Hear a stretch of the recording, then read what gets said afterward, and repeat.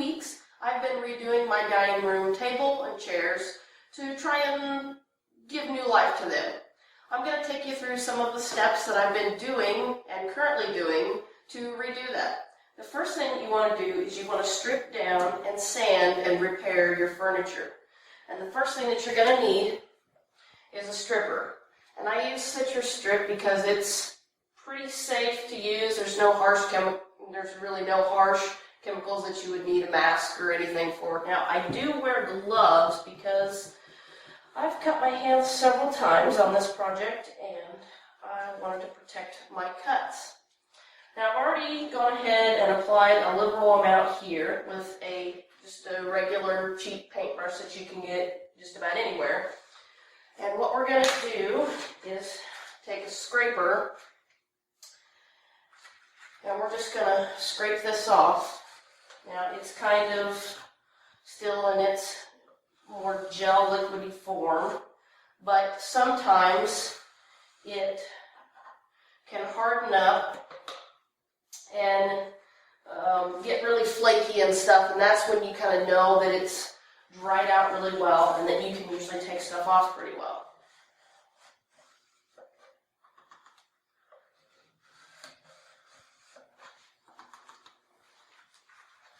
Just kind of trying to get things off. I've already made a mess here in my garage trying to take things off, but you can already see that there's really no sheen in the wood. I've already done stripper on other parts, and you can see that the sheen has already come off on here. Just want to get a little bit more of this off. Show you.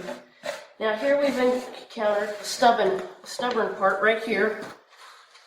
This was my daughter's chair, and she's 4 and gets food everywhere. So sometimes you need to take a razor blade. I don't know where my actual scraper part went, but you just kind of lightly go with the grain and just kind of scrape along. And sometimes like this you can get it to come up really well. Now another thing that you might need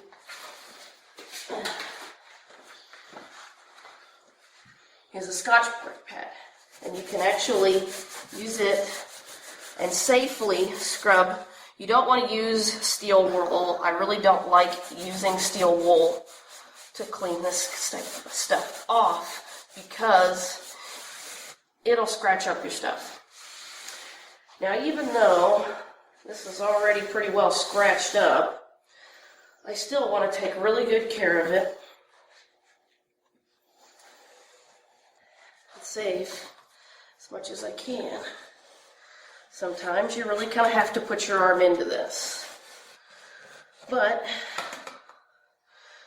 stripping and scraping off, even though it's tedious, will save you a lot of time and elbow grease in sanding, especially if you don't have or don't want to use. Now see, it's already kind of starting to flake up there, and this was in this corner over here. It can kind of, you'll have different consistencies, which is okay. You just want to try and scrape as much off as you can. Doesn't have to be perfect because then again you will be sanding. Clean as much of this off here as possible.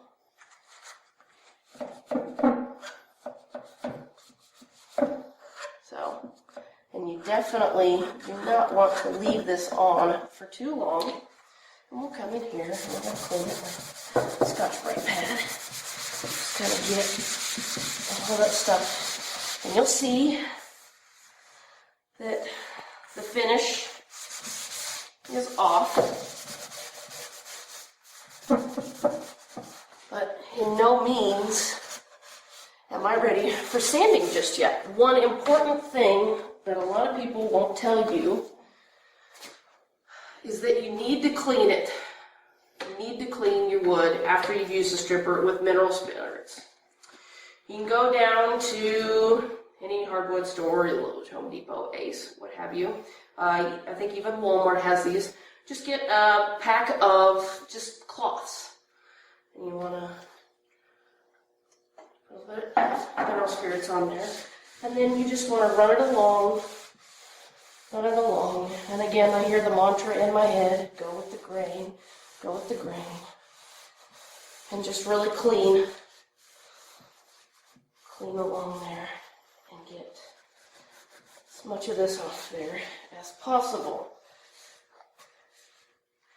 And I'll probably have to get some more here. But that is stripping. And that's just kind of the basic thing that you need to know for stripping either varnish or stain or paint off of furniture.